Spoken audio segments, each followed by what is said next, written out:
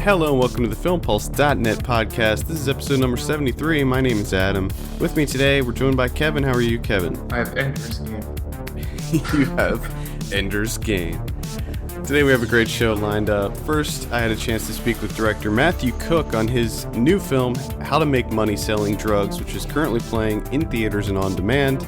Then we'll be talking about some of what we've been watching before bringing in Film Pulse contributors Ernie, Trinidad, and Gina Kelly to talk about the LA Film Festival. And finally, we'll be going over this week's movie predictions and DVD and Blu Ray releases. First up, let's talk with Matt Cooke on his new documentary, How to Make Money Selling Drugs. Matthew, thank you so much for taking some time to talk with us. Let's just go ahead and start with, this is your first feature-length directorial film, right? My question is, what brought you to this subject? Well, life is funny. I mean, it's like a combination of intention and who knows what the other particles of the universe are doing to lead us one way or another. I think that having a background in documentary filmmaking and being passionate about subject matter that has social and ethical impact was one side of it. You know, having worked with Amy Berg and producing Deliver Us from Evil and editing that film, and then working with Adrian on Teenage Paparazzo, put me in a position where I was going to be more able to make a documentary film than another type of film. And that's not to say that I wouldn't have wanted to do this. It has been a passion project idea of mine for probably about 15 years. Wow. So I guess let's start by talking about the film a little bit. It's How to Make Money Selling Drugs. And I guess what made you kind of gravitate towards making a film about drug culture? Well, I don't know if I really made a film about drug culture as much as I tried to make a film about what it's like to be a drug dealer and why someone might do that. I think that there have been quite a few really great films about how terrible the drug war is, and there seems to be a good segment of the population that knows that the drug war is terrible. And what I mean by that, to clarify, is that the drug war does not fulfill its supposed intention, which is to help people who are suffering from drug addiction and protect children and protect communities from the devastation that drugs causes, both by consuming them in an abusive fashion and also by the violence that the underground market causes. That these problems are all exacerbated and, in fact, created by the war on drugs, and that if, as a society, we want to come together and find good solutions for helping one another out, those who are afflicted with addiction and so forth, that there's a better tool for that job.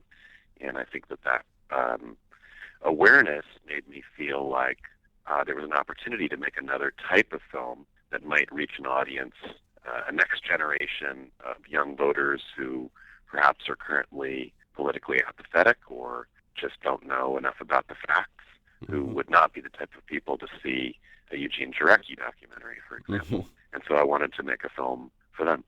Well, that actually brings me to my next question. And I'm sure that a lot of people have been talking to you about this. The structure of the film, it's kind of set up almost like a video game in a lot of ways. There's levels to it, and you even have like a secret bonus level in there. Is that to make it more accessible to younger people?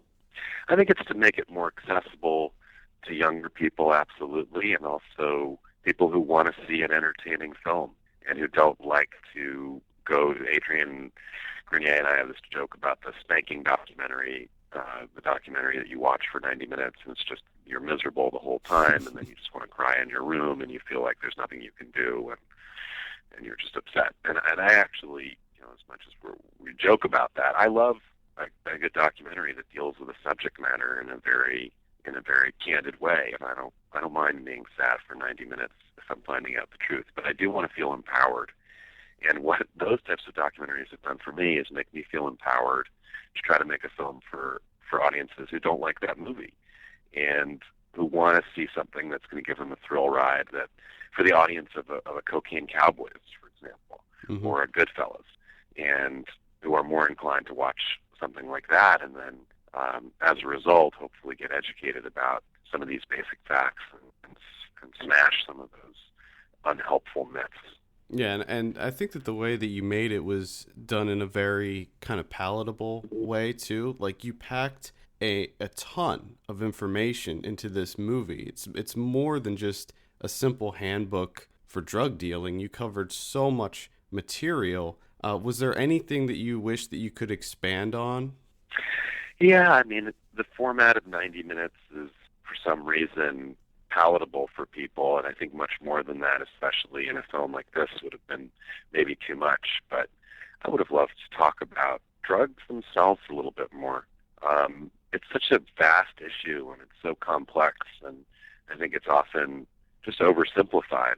You know, we have recreational drugs, we have medicinal drugs, we have pain-killing drugs, we have drugs for escape, for religious purposes, for communal activities, and 90% of the time when people try the drugs that aren't going to kill you the first time you do them, 90% of people can walk away and have a normal life, and then 10%, of course, fall into this addiction trap. And why do they? And what is that about?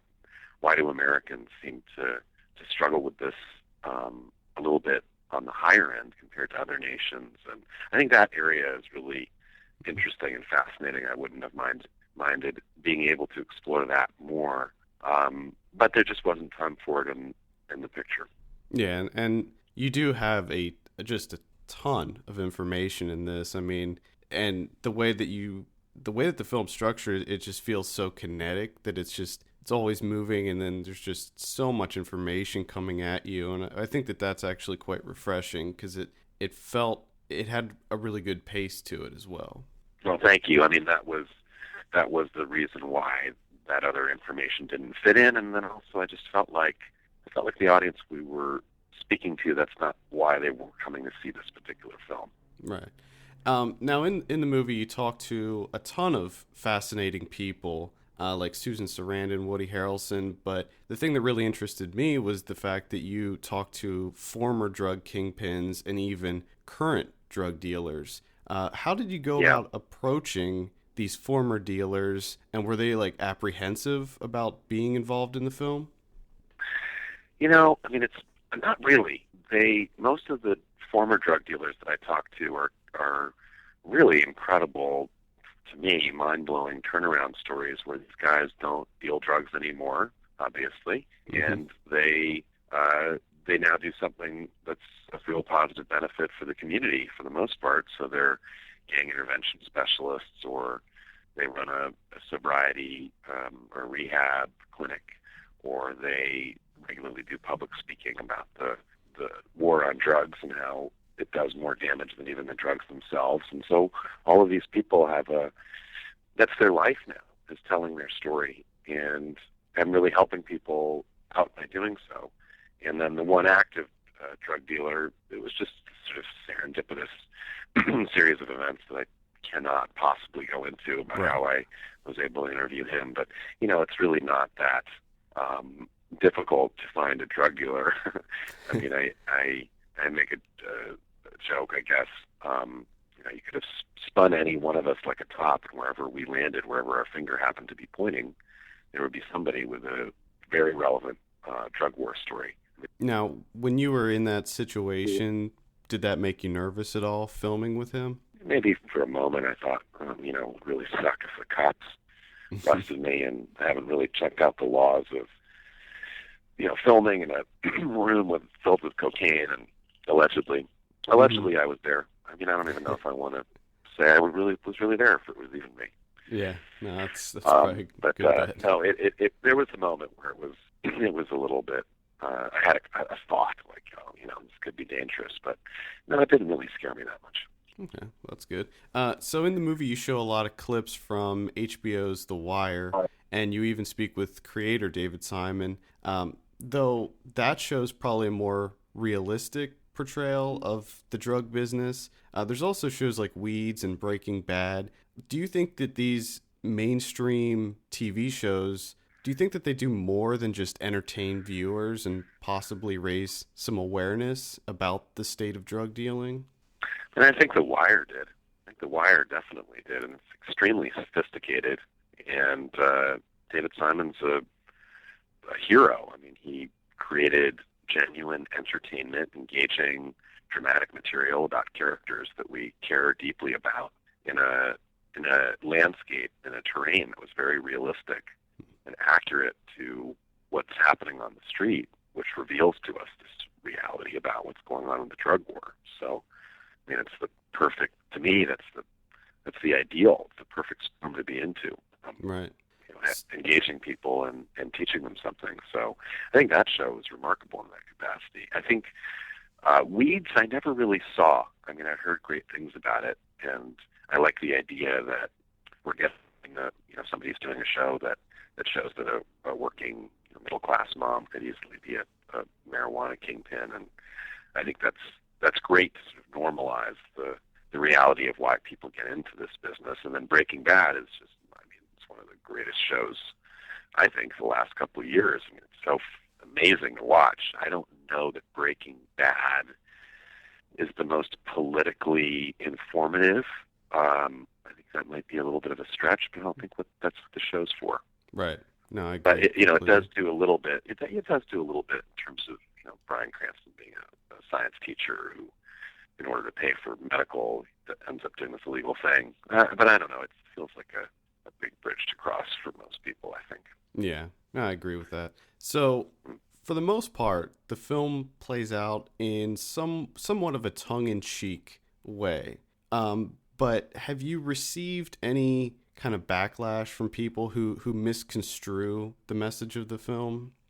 Yeah, definitely. I mean, I can't be surprised making a movie called How to Make Money Selling Drugs. There's Absolutely. Controversy surrounding that. And also the fact that there is this satire. I mean, I came up with the idea for this long before Stephen Colbert had a show, but later during the making of the movie, I thought, you know, it's funny. It's almost like a 90-minute sketch of Stephen Colbert's The Word, but in documentary format. It's just like this one giant poking fun at the absurdity of it all. And yeah, that irritates people.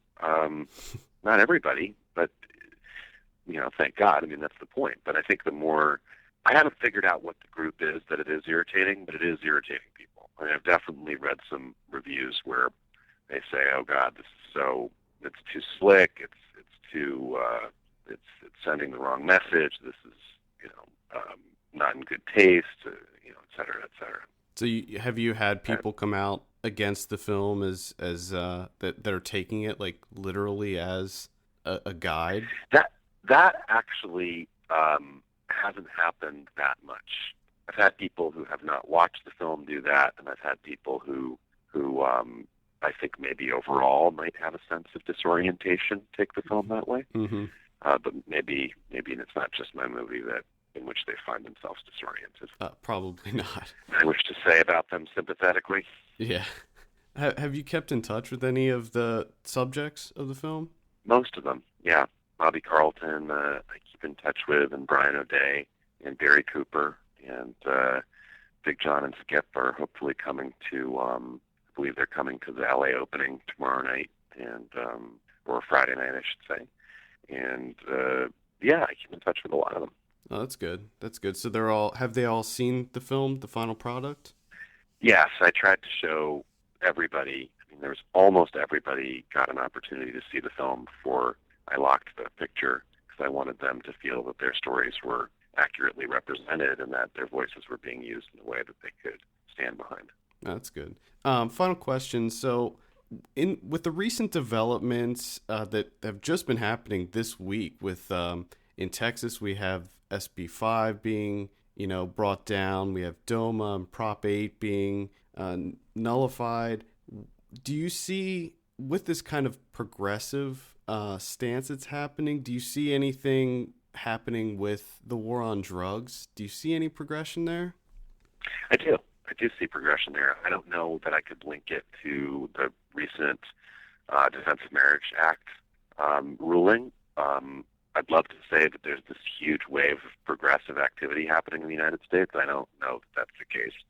But I am seeing that we're legalizing marijuana in one state after another, and this is in no small part thanks to the Drug Policy Alliance and Law Enforcement Against Prohibition, who for your listeners out there are great organizations to join if they want to be a part of the coalition of those who are changing these laws. It's really about us.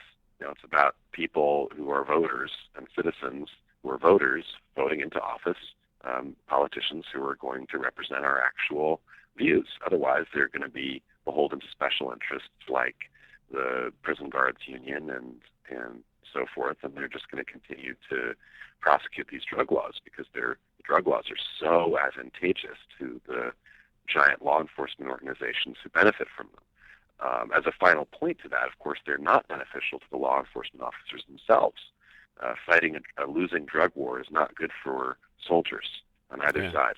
So, but I do feel positive. I think that there's a lot of indication that that we're ready to start moving this thing in a better direction. And I don't think that there's a perfect solution, but there's a much better solution than what we have now, one that's more humane, that really takes care of people and in a way that's of benefit to them, and not throwing people in prison for drug use, or essentially throwing them into a no-win scenario because they're in a poverty-stricken community where the only job they can get is one that's in the black market. So, right. But look, today, there's a great majority of Americans who believe marijuana should not be a jailable offense, and there's a great majority of Americans who think that it should be legalized. And as you know, and if your listeners go see and watch the film, they'll see that we're essentially proponents of ending the drug war, and not because we want everyone to do drugs, quite the opposite. We want everybody to be. We want to divert that giant pie of the U.S. budget away from military action on our own citizens and those abroad, and instead have a more holistic, medical, psychological approach to addiction, which is, if that's the issue we want to address, then let's really address it. Yeah, and I think that that's something that the mass populace agrees with, and I think that films like yours are extremely important to raising awareness of this. I think one of the biggest things that we can all do is just raise awareness, and I thank you for that. My pleasure. Thanks for having me on the show, and thanks for doing the same thing yourself. Thanks again, Matthew. I highly recommend checking this one out in the theater if you can, but if not, it's also playing on video on demand. So check that out. Mm-hmm. I'm going to be talking about what I thought about that in just a second. Let's go ahead and jump into some of what we've been watching. Kevin, we'll start with you this week. Ooh, me. I rewatched LA Confidential. I saw that. Because my wife has never seen that film. So I got to rewatch it, and it worked out very nicely, because it's been such a long time since I've seen it that I pretty much forgot most of the story. I've seen that like 10 times. I knew like bits and pieces of it, so it was almost like watching it for the first time again, which was thoroughly enjoyable. It's such a great film, and it's a perfect example of Hollywood making an entertainment film that is also great. They just don't seem to make these that much anymore. Except for maybe like same sort of category, I would say like Argo, where it's not amazing by any stretch. Like the acting isn't. To me, it's amazing. I mean, there's nothing that. It's one of my favorite movies of all time. So. It's just everything works so damn well.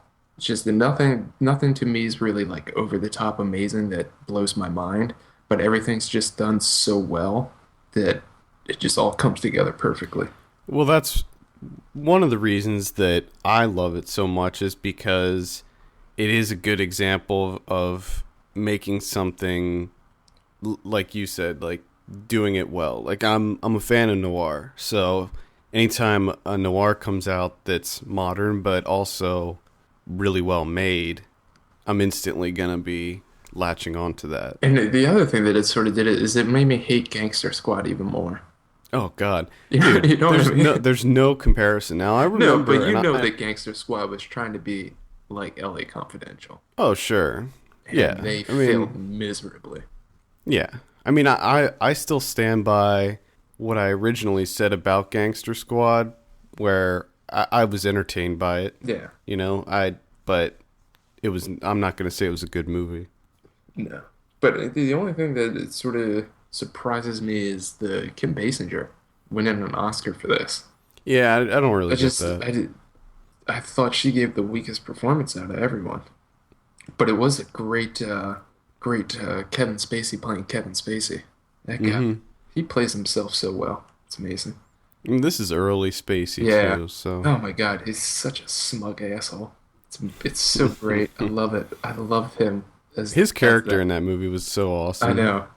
Danny DeVito too does a great job. I mean, like everyone Mm-hmm. does a great job. Russell Crowe does a great job. I'm not usually a big fan of Russell Crowe, but also wondering what the hell happened to Curtis Hanson, who directed Yeah, he it. didn't do too much No, after he went this. on to make a lot of shit films, to be quite honest. Yeah, he didn't do too much. And then I followed this up with Mama. Which I find interesting Mama. because this is a movie that I haven't even seen.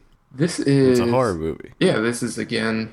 Me and my wife like to watch horror movies on Friday nights for some reason. It's just like that's like my horror time. It's your hard time. Okay, That's I my got it. that's my horror time. So we got Mama. This gave Insidious a fucking run for its money. This is. I really wish that you saw this because we could just tear into it like crazy. Well, that's why I didn't see it because Oh my God, this is just. It's terrible.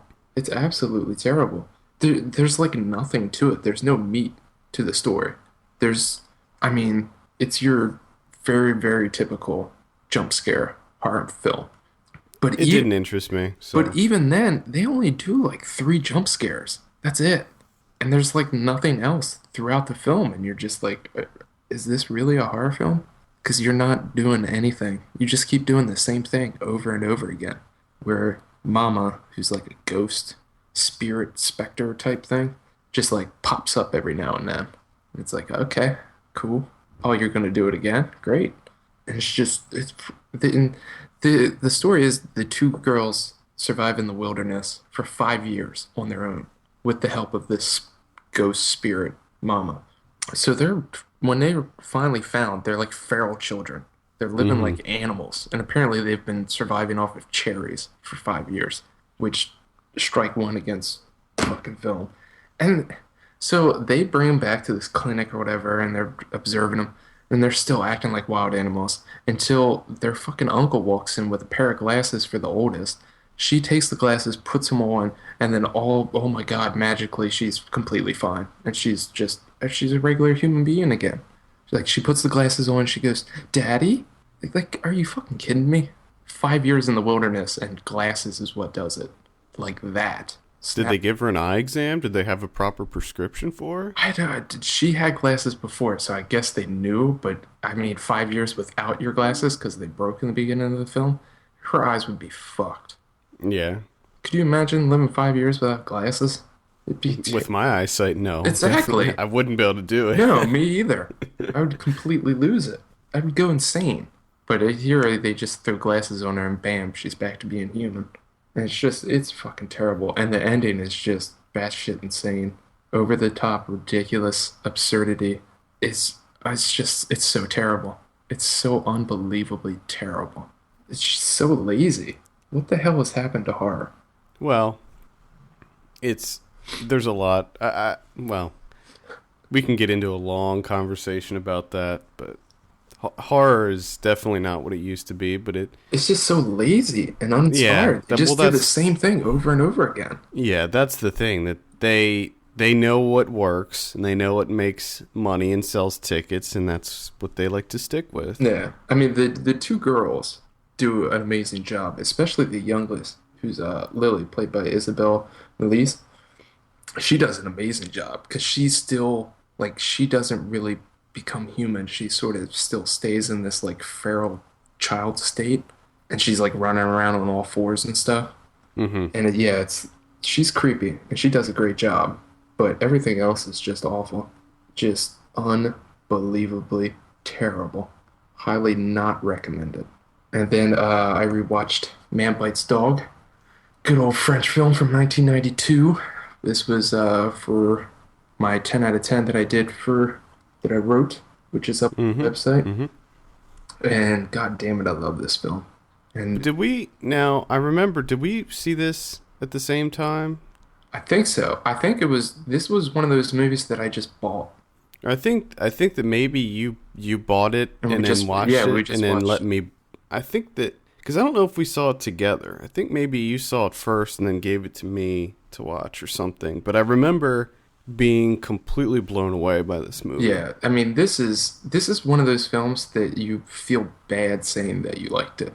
You know what I mean? Like as you're watching it, you're like, I shouldn't like this. Well, yeah, it's pretty fucked up. I mean, it's pretty fucked up, and then they get to like the rape scene, and you're like, oh Jesus.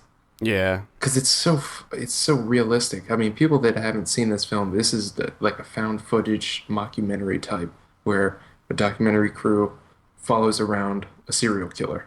It's just, it's like a reality TV show as he just kills people, rapes, dumps bodies in the quarry, whatever else he does. And it's extremely disturbing because it's extremely realistic looking. Yeah. They do a fantastic job. And the weird thing is that the directors, they never went on to do anything else. They made this and then that's it. Yeah, I wonder what happened with that. It's very bizarre. I mean, for this being like a debut feature and be that fucking good and then not really go on to do anything else, it's very odd. But if you have not seen that, definitely check out Man Bites Dog. And I sort of miss doing that. I used to do that all the time where I would just be sitting around and just run out and buy a DVD that I've never heard of just to watch it. Yeah, I think that times have changed with the internet and stuff now. And this is one of those films. I found a lot of good films that way.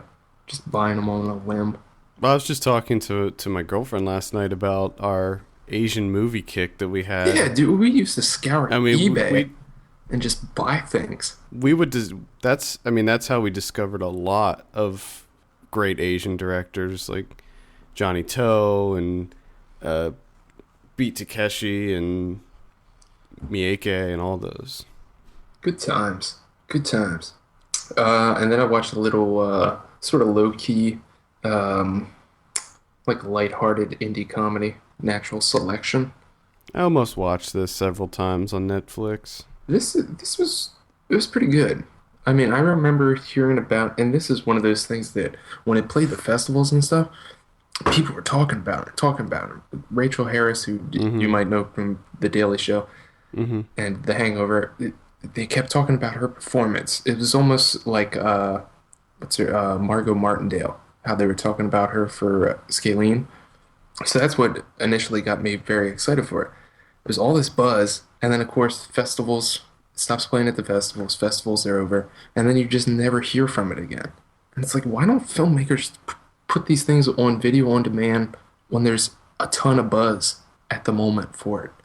Yeah, it did get a video on demand release before it came out, like on DVD and Netflix. Yeah, but I mean, yeah, it was well after all the buzz has completely died out for the film. Right. Yeah, it was. And I mean, Rachel Harris does do a great job. Matt O'Leary actually does a pretty good job, who you may remember as the Brain from Brick. Mm-hmm. He plays a completely different character in this sort of white trash career criminal from like Florida. And essentially Rachel Harris cannot have children with her husband. She's barren and finds out that he's been going to what do you call that? Where you donate sperm. Sperm bank? Sperm bank. He's been going to that for like the last 22 years. And he has a stroke the last time he's there while he's doing his business. And she finds out that he has a son, so she drives the whole way to Florida to try and get him. So it's like a road trip type film. Mm-hmm. Very, lighthearted. Not amazing. Like a light recommend if you don't have anything to do. Other than that, that's all I did. That's all I saw. Okay. I'm going to tear through my list. I started off the week with Generation which is that Keanu Reeves drama. This looks terrible. I hated it. I really did. I thought it was pretty terrible.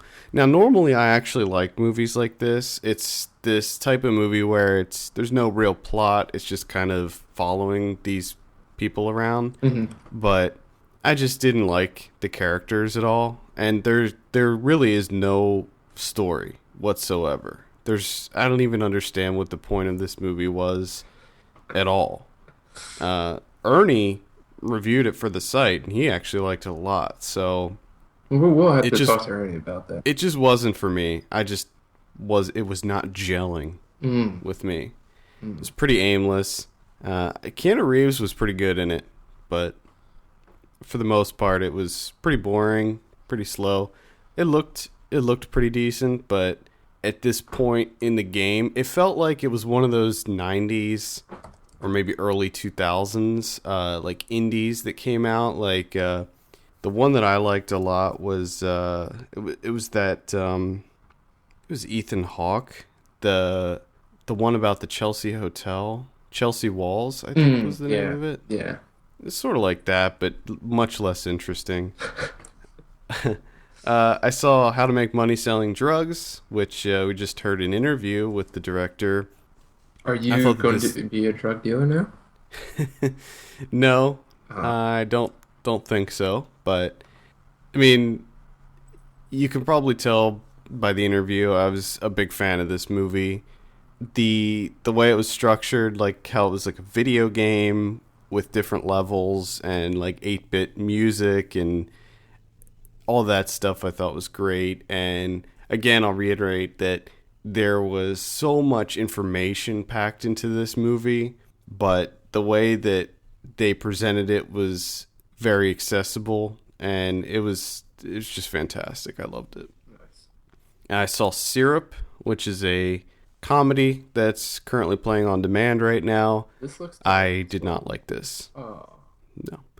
I like the concept. It's about advertising, but it did not work for me whatsoever. It was not funny, and a lot of it felt really cheap, like addressing the camera and putting things up on the screen like definitions and things like that as they're talking and describing different marketing and advertising terms.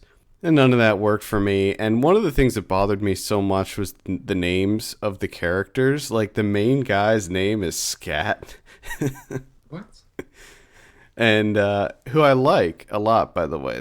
The guy that plays the main character, I believe his name is Shiloh Fernandez. He's in Dead Girl, which I thought was really interesting. He was but also he had a pretty big part in The East, which he Oh, did, yeah? he did a really good job in that film.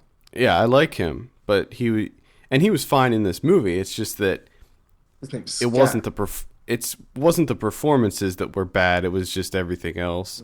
And I'm also a big fan of Amber Heard, and her name was Six. Oh, you gotta be fucking shitting me. That's just Yeah. ridiculous. So it's not really a recommend for that. Saw a movie called Chapitulous. I want to see this. This is So a much. documentary put out by Oscilloscope, which I feel like that they've been on a roll recently. Oh, yeah. Like They've been- everything that I've been seeing out of them has been fantastic. And this movie's good. It's not like mind blowing or anything, but it falls in line with the type of movies that I like. I like the Only the Young, which was another Oscilloscope one that has that kind of gritty look to it, almost like George Washington or something like that. Although this takes place in New Orleans, basically it's about a group of three young black kids that take a ferry into New Orleans, and they basically just kind of wander around and see the sights and listen to some fantastic music, and that's pretty much the movie. The hook is that they have to get back on the ferry by midnight, and they miss it, so they get stuck in New Orleans overnight. And they have to the camera crew basically just follows them around while they wait for the morning ferry. That sounds like the best thing that could happen to you. Yeah, I mean it's pretty interesting. The music is great. Not much of a story going on. Like they don't really get into the lives of these kids at all. Like Yeah. they just kind of throw you in, and you don't really know who the kids are or why there's even a camera crew following them. So, I always like those though. I'm a big fan of those. Just like a slice slice of life, just Yeah, spending a I day mean, with people. that's pretty much exactly what it is. So it's definitely worth checking out. And and the visuals are really good too. I mean, they get a lot of, like, there's one scene where they go into this, like, abandoned building, and there's, like, this, like, really crazy, huge, ornate chandelier, and visually, the movie looks really good. But there's just not a lot as far as plot. Yeah. I saw Mario Bava's Blood and Black Lace from 1964. Oh, Baba. This was my Grindhouse Weekly feature. I wanted to do a Giallo film because I'm a big fan of Giallo films, and I haven't written about any of those yet for my feature. Wow, really? So, It's been that? yeah. Uh-huh. Yeah, I don't know why I just haven't got around to it, but anyway, I watched this one because this is essentially the beginning of the Giallo film. It's one of the very first Giallo-style films, and it kind of sets the tone for things to come. The way that it's structured and the style is pretty much replicated even now. This movie pretty much invented the slasher film. Nice.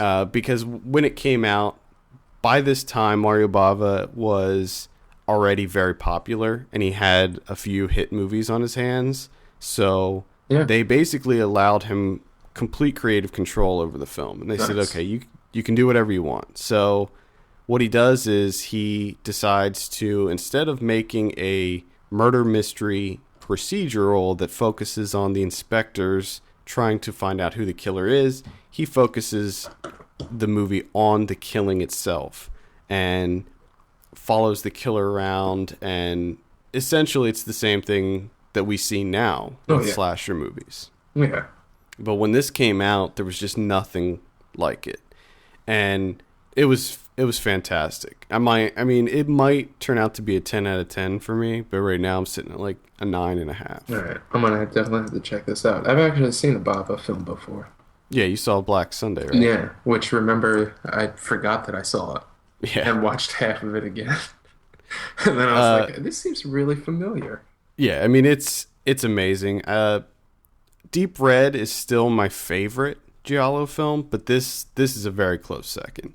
There's certain things that bothered me about this movie, mostly technical stuff. Like they use some speed ramping in certain parts that looks really weird, like to see people moving in fast forward, which I guess they did that due to time constraints. Also, when they shot the movie, they shot everything in English. All the dialogue was in English, and he had all the actors speak English. However, after it was done, they ended up redubbing it in Italian, so none of the voices match. And in fact, they didn't get the original actors to do the dubbing either. Yes. So it's all completely different actors as well. Oh, that would drive me crazy. Yeah, so that's an issue. But I don't know why they did that. I guess maybe that the actors were not speaking clear enough English. Maybe. So they ended up just saying, okay, well, we'll just redub it in Italian. Because they wanted to do it in English for us. But you would think that they would, sort of come to that conclusion a little bit earlier. Yeah, than exactly. say in filming the entire film. Yeah. You know what? The English thing, not working. Yeah, exactly. Darn it. We have an hour and a half of this. No good. Saw The Heat. This was fine. It was pretty formulaic. It was pretty predictable. There wasn't a lot of funny stuff in it, but there were a few moments that made me laugh. So it's like a middle of the road for me.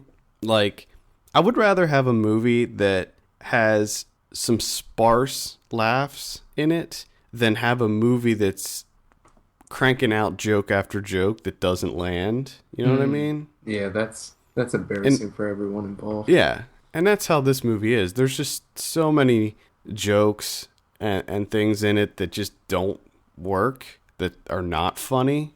And then, like, the overall plot is pretty predictable and boring. Like, it's like that they just wanted to have this base level plot in order to get these two characters together and in order to put them in different situations where they can be funny. But also, I'm kind of getting sick of the whole Melissa McCarthy character that she plays. Yeah. I think that she's really talented and really funny, but I feel like at this point they're giving her the same roles over and over. But it's unfortunate because, like you said, I think she is really talented. Because I thoroughly enjoyed her when she was like on SNL and stuff. But you're right, she keeps getting the same characters over and over again. But at the same time, you're from Melissa McCarthy. You gotta strike while the iron's hot. Yeah, exactly. You can't really blame her. Gotta make that money.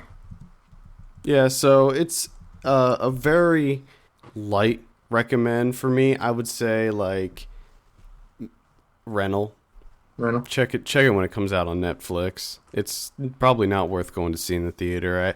You can read my full review on the site for my detailed thoughts. Gotcha. I also saw Redemption, which is the new Jason Statham movie. Yeah. Well, here's the thing about this. This is a lot different, surprisingly, than most of what we've seen from Jason Statham. It's probably still bad, though. It was. Okay. But it was at least going for something new. Different. Okay. All right. Yeah, I mean, it was directed by the guy who... I think that this is the first movie he directed, but he wrote Eastern Promises. His name's Stephen Knight. Okay. Maybe I think this is the first movie that he wrote. We have a review up on the site now. Todd actually reviewed it and gave it a 4.5, and I'm actually sitting at that score as well. It's promising, but at the same time, it inevitably falls flat. Great performance by Statham, though. It's more of a drama than an action movie. There are a few bits of action, but almost none at all. Yeah. It's more about a guy who's wrestling with his past and trying to be a better person and while fighting addiction and that type of thing. So it does go to some interesting places. And then finally, I saw a horror comedy called 100 Bloody Acres, which is playing on demand right now and in select cities. This was a surprise. This is an Australian horror comedy, and normally with horror comedies, they're so hit or miss. Yeah. Like you have good ones like Tucker and Dale versus Evil or Shaun of the Dead, and then you have like a slew of crap that comes out with these. Oh, yeah. Fortunately, this is a good one. Oh, okay. Basically, I think that it originally premiered at the Stanley Film Festival, and it's basically about these brothers who own an organic fertilizer company, and they find out that by harvesting the glands of humans, they can make this like super potent fertilizer. Sure. And they end up kidnapping these three kids and attempting to harvest their potassium, which is one really funny line where at one point one of the kids gets away and he goes up to a cop and says he wants to kill me for my potassium. It's really funny. It's actually very, very funny. Very gross, a lot of blood and guts, and the dialogue is great. The standout is definitely Damon Harriman, who you've probably seen him in a ton of stuff. Never knew he was Australian, though. I love when that happens. Yeah, never knew it. Never knew he was Australian. What's the name again? David? Damon Harriman. Damon.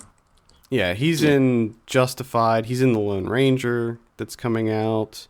He's in a ton of stuff. He always plays like a redneck. Yeah. Never knew he was Australian. Nope, had no idea he was Australian. Yep. But I highly recommend it. If you're into horror movies and you want to see a good horror comedy, check out 100 Bloody Acres. That's all I saw. So let's talk about the LA Film Festival. Ernie and Gina, thank you so much for speaking with us. I guess I don't really have any kind of like plan with this, so Nice. I guess we'll just start out by maybe talking about some of the highlights. I guess Gina, we'll start with you. Highlights at the LA Film Festival for me really, wow, they're hard. They're kind of hard to pin down. There was a lot of great material there. I fell in love with Ain't Them Bodies Saints. That was a great highlight for me. That's one gorgeous film, and it's really interesting how this little group of independent filmmakers are kind of leaning on each other. Director David Laurie is kind of loosely connected to a lot of independent cinema right now in his editing. Like he edited Upstream Color, for example. Worked on a lot of films in the mumblecore genre, and he comes out with this film that's totally not that wouldn't be classified by those films per se. Right. Right. The cinematography was totally gorgeous. Ernie, you were there with me. What did you think about that film?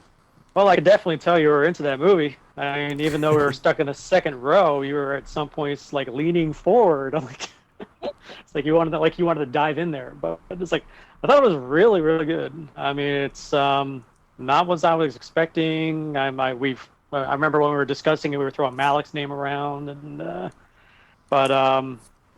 for a film like that, I was expecting something like I guess you could almost say it's like a very low-key Bonnie and Clyde. Yeah, which is not to say it's a bad thing. So, except that I feel like the action's not what the focus is in that film as compared to a Bonnie and Clyde, for example. But yeah, you can almost say it was like Drive, where Drive is an action movie with no action. right. Yeah, but that's a good way to put it. The jealousy is just building. I want to see this movie so bad. You will. Well, we were lucky we got in there. So. It's true. Yeah. So, one question I do have about Ain't Them Bodies Saints is, I think you touched on it a little bit, the cinematography, because it actually has one of my favorite cinematographers working right now, which is Bradford Young. Mm-hmm. Yeah, the audience clapped when his name was on this screen. I mean, nice. That's the only other time in the credits that the audience applauded. That it's really well done, poetically driven, and I mean, of course, that pairs with some really great editing. But I think you'll be really, really happy to see this nostalgic, but not overly nostalgic image. Because it's placed in the 70s, for example. The rhythm of the shots and the way that they're framed and everything, it's just nothing is too predictable, and everything's just gorgeously captured. Nice. So, I mean, it's a great combination. He's great. And you gave that a 10 out of 10. I did. I started off with like a 9.5. I was like stingy, and then I was like, wait, that's just frustrating. I'm just going to give this what I think it deserves. It deserves a 10. I'm giving it a 10. I do that frequently. There have been several movies where I gave a 9.5, even though I just absolutely loved it, just because. You don't want to give it that 10. Like I really hold back almost. Yeah, like I really loved Kings of Summer, and I don't think I gave that a 10. I don't want to cheapen the 10. I don't want to make 10s easy exactly. to get, so I really do 10s are very hard to get out of me. So. Yeah. Well, Ernie, my first 2 10s at this festival, so this is the first time I'm bestowing the 10. That's right. You also gave Only God Forgives a 10 out of 10, which you upgraded from. What did you have? It was originally an 8. Yeah, I started as an 8. Yeah. That's about where crazy. That's where I was sitting, was an 8. So. You were sitting with an 8. Yeah, you know what? I realized that you guys had given a 10 to Spring Breakers, and I was in the podcast for that, and I was telling you, man, I would have given that movie like a 4 or something like that. But you talked about it, and there is a dramatic difference that happens when you've got that director in the room telling you what the film was like to make, some clues as to his or her person as a filmmaker really evolve the way that I experience a film. Like this guy's colorblind, for example. So the palettes of Drive and Only God Forgives are a little driven by his colorblindness. And I found that really interesting. And, so yeah, the 10, if I had just seen this in the theaters without that particular presentation, I probably would have stuck with my 8. But I thought about this film so much afterwards that's why I gave it the 10. Nice. Well, actually, I think that brings up a good point. all of you guys, Alicia also gave almost everything that at the festival pretty high scores. So it seems like you were pretty much into almost everything. There was no computer chesses. And I want to revisit that, but anyway, Ernie, don't do it. Ernie, what were some of the highlights for you? Yeah, but there is one movie that I have yet to review that kind of ruined the perfect scores. But I haven't gotten to that one yet. So It's funny how we did this last. Yeah, we'll get I to remembered wanting to do computer chess at South by. I remember me and Adam arguing over who had to review that. Yeah, I remember that. And then I got bourbon in me and decided that I'll do it. Damn. Oh, that might help. I'm trying to think. I did go to a party. I can't remember what movie I saw afterwards. After a couple beers, I think I liked the movie even more. Yeah, but I can't remember what it was. But the highlights for me was is all over the map. I mean, just for celebrity settings alone, having Harry Dean standing there and performing live after seeing his movie was great. And who knew he was such a great musician and singer? So I guess he did, but he never really pursued it, and that was great. And then there was a documentary called American Revolutionary, the evolution of what's her name, Grace Lee Boggs.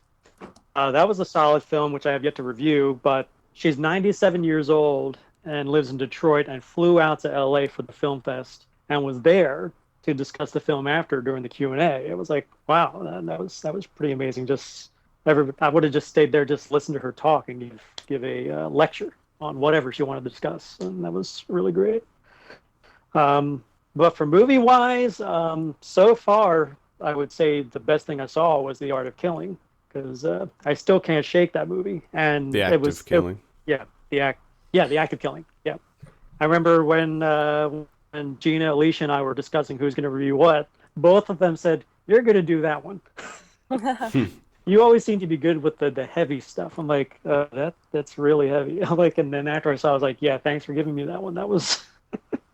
It's I can't shake that one. Even to this day, I still can't shake that one, especially when it comes out in a couple weeks. But when you get to the ending, you're like, wow. And I always remember when people were leaving the theater they were leaving a funeral. Yeah. No one was saying anything. People were just dropping their ballots and just walking away. Huh. And there were a lot of walkouts during the movie. I could totally get why they were leaving. It was definitely a hard movie to sit through, but that was definitely one of the good ones. And then Lesson of the Evil was a total opposite of that, where it was just totally unexpected on what Nikkei pulled off here. And all I heard when leaving the theater was yeah, that was good, but that's not coming out in the U.S. Yeah, actually, I saw that movie, so that's right, you did see it. I can attest to that. I missed it at the festival, but I thought I would have an opportunity. I'm sad. It's pretty crazy. I mean, Kevin, I don't know if you would be as into it, because it is more of kind of a traditional horror movie almost. It's not your standard weirdness from Miike? There's some weird stuff in it. There is some weird stuff, but compared to other Miike, it's pretty straightforward. And when when the weirdness comes out, it's doesn't feel like Miike. It just makes sense in what's been going down in the world. Right. So, yeah, exactly. It's not like Gozu or anything where it's just completely batshit crazy.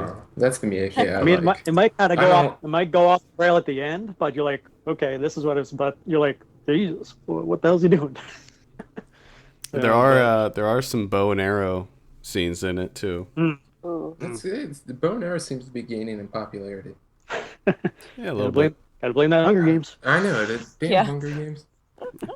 So let's talk about negatives. Got to talk about some negatives. Anything now? Ernie, you mentioned that there was one movie in particular that you weren't too fond of, which I imagine you'll have a review for that. Is that under embargo or anything? It is not. I just haven't gotten around to writing about it yet because I'm still writing about everything I saw.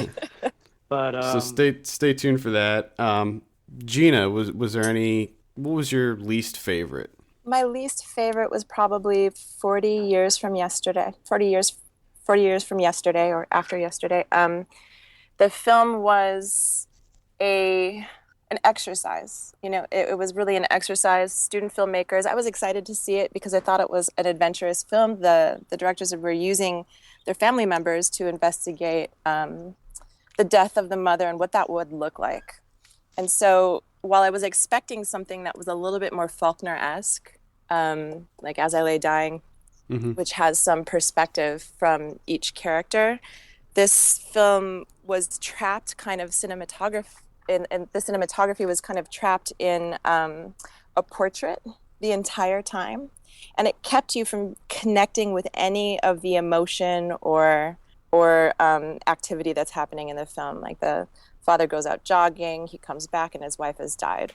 And, it feels a little cold the entire time because everything is just trapped in the center of the frame. They don't investigate any counterpoint shots. They do nothing besides put things in the center of the frame. And if they were really good at that, at composing it, at lighting it, that would have been a really beautiful way, but it didn't seem like they were aware that they were shooting these portraits.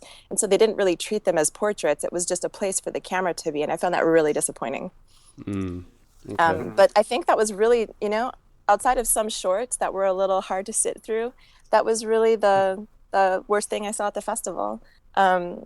Another really great piece, actually, that I'd like to just mention really quick is a doc by Ellen Berliner called First Cousin Once Removed. Oh my I want God. to see that damn movie. We almost saw that in Austin. I missed it at South by, and I hate everything because And of you it. hate everything because of it. I want to see that damn movie. I've been wanting to see that for like 3 years. I've been writing, like really slowly writing this review because it's a delicate review to write, and I want to give the film justice by writing in a way that complements the film, and that's just a difficult thing to do. This is a documentary of a filmmaker who was approached by his poet cousin once the poet cousin learned that he has Alzheimer's, to document that process of him losing his memory. And so they've made this agreement, and of course, throughout this film, you know that this man is no longer aware of that agreement. And you really do watch a poet struggling with losing his mind, but also his language. And it's a beautifully done thing. I have a hard time even speaking about it because I haven't really written about it correctly yet. But I encourage anyone to go see that film. It's amazing. This is one of those films for me that right now it's a 10 out of 10 already. And I haven't even seen it yet. I just know that it's going to be a 10 out of 10. The even more beautiful part is that the editing, it's not based in continuity. So the filmmaker is more interested in constructing a poetic language really out of the images to express something about his cousin who is a poet. And that language, where those two things meet, that's the most beautiful thing of the film.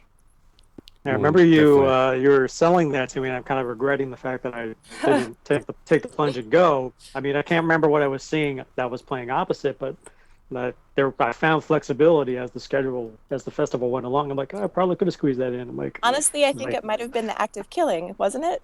It probably, I think so. But you'll catch it. That probably would have been a better, a more enjoyable experience. It's apparently coming to HBO.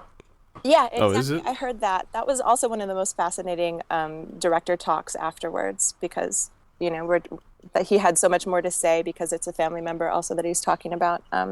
Just a really exquisite communicator, that filmmaker, Ellen Berliner. But yeah, you'll see it on HBO. Did you guys see did you do anything other than like screenings and Q&As? Did you go to any panels or galas or any of that stuff? I went to the Future Filmmakers Showcase, one of them. They had 2 programs, which was like pretty entertaining. They had all the films are directed by teenagers. And there's first film, first festival, and there were 15 of them in attendance, which was pretty interesting. They had some good stuff in there, some pretty banal stuff, but then some really solid efforts from kids, kind of like make you like, yeah, you little shit, and like, how can you be so good?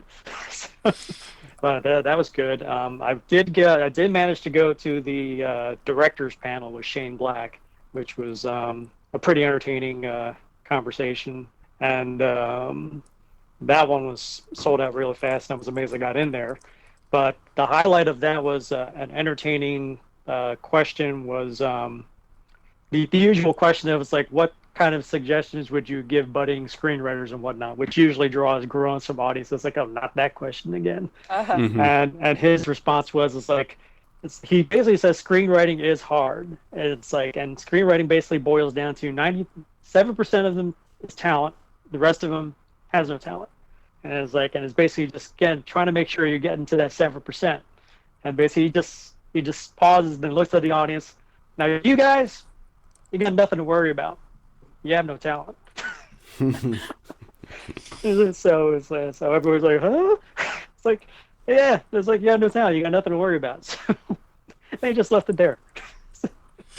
So, Ernie, you saw 29 films at the festival. Is that right? That is right. And I had no intention of hitting that mark. It's just that time, because basically I've been to so many festivals where I set a schedule on how many movies I want to see. And invariably something happens that I end up missing 2-3 a day because of movies running late, Q&As running late, and timing where the movie already started and I missed it. And I was able to make about just every single movie I chose. And I did have to make some adjustments. When we went to see Only God Forgives, I was going to see Goodbye World after, but the Q&A ran way over. And so like, oh, well, that's good enough. And then there was a couple of the ones I had to change. But I did, see that many freaking movies. Speaking of Goodbye World, I think that was one of Alicia's top picks. So I'm really interested in checking that one out as well. But it was also, I noticed some interesting trends. How there were like movies about End of the World, Goodbye World, and in a way the 5th season, which I just posted a review on, and ties of communism in a couple of movies that I saw. And then I'm like, I wonder if there's like specific trends they're trying to do at this fest. Final thoughts on maybe the festival as a whole, Gina? The festival as a whole, I wish that I had Ernie's diligence about being in theaters that much and that long. Unfortunately, I've got some weird eyes, so I'm a little bit more limited to how much I can see in a day.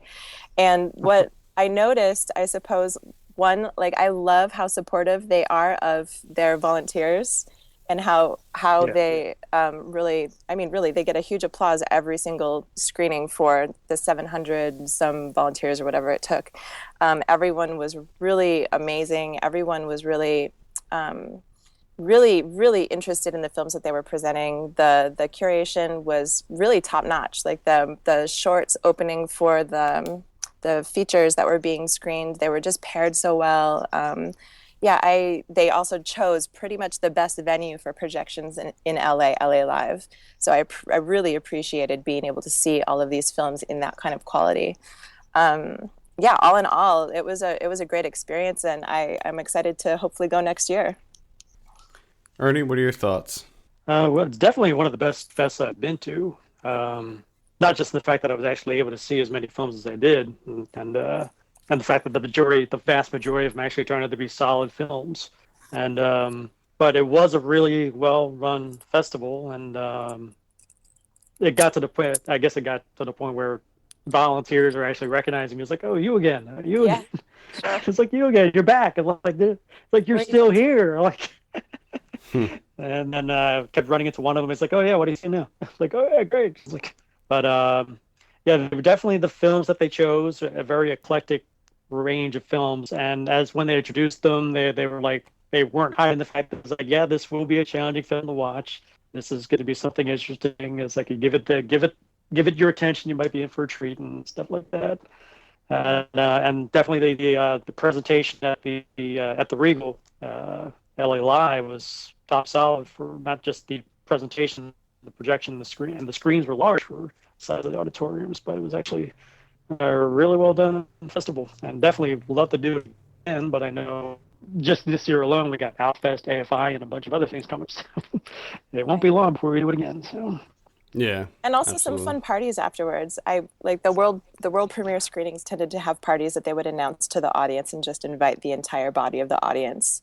And so I went to Pollywog's world premiere. Carl Jacob had a party in the Arts District downtown, and that was super fun. And there were people from the Midwest who had come to see his film and just talking with everyone. That was, an extra highlight experience. I did get to go to one mixer that was basically free booze. I'm like, all right. After that many films, you need it. Yeah, Yeah. exactly. Yeah, so That's thank fun. you guys for sending us out there. No, yeah, it's not a problem. Hopefully we can do it more. Ernie's going to Outfest. When does it Outfest start? Outfest starts on the 12th, and then I'll cover that for about 5 days, and then I start Comic-Con. Oh, there we go. You guys pretty much saw all the films that I've been dying to see. Yeah, pretty much. When I was looking at the list of what the three of you saw, I was like, oh my god, like every one of those on that list I want to see. But it's good that there's everything stuff that that I I- wanted to see, you guys have said good things about, so I'm very Oh. excited now. Yeah, I'm really excited. Yeah, there's stuff that I wanted to see that I wasn't able to get into, so that was like, All right, well, I think that wraps it up. Thank you so much, guys, for taking some time to speak with us. Yeah, no no problem. Let's go over last week's predictions. White House down. I said 52. You said 22. Actual 49. Are you serious? I heard pretty bad things. I'm surprised it's even that high. Yeah, that seems. I've heard nothing but bad things. Yeah, Wow. 49, at least right now on Rotten Tomatoes. The Heat, I said 55. You said 60. Actual 65. Again, that's much higher than I expected it to be. Because to me, The Heat was pretty mediocre, but whatever. We also predicted Byzantium. I guess that didn't get any kind of wide release, but I said 48. You said 50. Actual 58 on that. Nice. I'm glad we did it. 2 for you, 1 for me. I'm the winner. Next week we have Despicable Me 2. What do you think on Despicable Me 2? 70. I think it looks terrible. 70. I'm going to say 60. And then we have The Lone Ranger. I'm going to say 65. 68. And that's it for wide releases. Also in limited release we have The Way Way Back, Okay. which are you interested? I'm interested in anything with Rockwell in it. I think that He's one of my favorite actors working. I want to see it just because I'm a fan of Nat Faxon and Jim Rash, and this is their directorial debut. Oh, okay. So I'm definitely interested. We don't need to predict that or anything because unfortunately I think that's getting a limited release. Maybe not though. I'm pretty sure I saw a poster for it at the multiplex by my house. I don't know. Let's talk about DVD and Blu Ray releases. This is for Tuesday, July 2nd, 2013. Whole lot of nothing. I was I'm gonna not say sure if- there's. I not sure. looked at this. This is ridiculous. Yeah, have you seen the list? It's like there's nothing. I guess whatchamacallit, it being 4th of July week. That's probably what it is. Nothing. I mean, there's some digibooks that are being released, like E.T. and Jaws, but that's pretty much it. Like Tai Chi Hero, The Tower. Those are two. I can't remember where The Tower. We actually have a review for that up on the site. That's an Asian film. And Six Souls, which I never even heard of. With I think Julianne Moore's in that. The Any house. Criterions or anything? No, Criterion's nothing coming out. The house I live in. I remember hearing good things about that. I didn't even see that on the list. Documentary. Eugene Jarecki. Yeah, the house I live in is apparently a documentary about America's war on drugs. You know, the criminal justice system, U.S. drug policy, and all that stuff. Sounds a lot like How to Make Money Selling Drugs. Yeah. Probably not as fun though. No, probably not. Well, I think that wraps it up. Pretty light week. I would recommend checking out Video on Demand because there's some really good stuff on demand right now. Yeah, there's definitely nothing coming out on DVD. Yeah. Blu-ray, I mean. I'm still stuck in the DVD phase. Saying DVD. Like, I never say Blu-ray, I always say DVD. I usually group them together and say DVD and Blu Ray. Blu-ray's I mean, stupid. at some point we're either gonna just say Blu-ray and that's it, or we're not even gonna be talking about home video releases anymore. We're just gonna be talking about what's on demand. Yeah. Because really, that's probably what we should be talking about anyway. True. Because those are like the actual new releases. Yeah, I mean, do people buy Blu-rays? I think the only people that buy Blu-rays nowadays are like collectors. Yeah. Like I'll buy. There's certain Blu-rays that'll come out that I'll just have to have, Yeah. but mostly just to have it in my collection. All right, I think that wraps it up. For all the latest film news and reviews, visit us at filmpulse.net. Send us an email at feedback@filmpulse.net. Follow us on Twitter at filmpulse.net, and be sure to rate us on iTunes. We appreciate that very much. For filmpulse.net, my name is Adam. And I'm Kevin. And we'll see you on Thursday for Ryan Watches a Movie.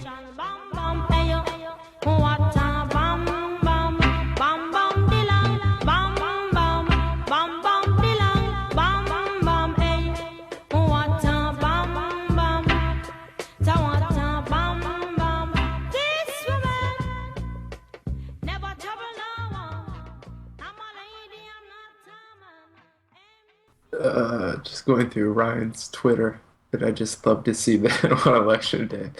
He tweets to Barack Obama, "Congratulations."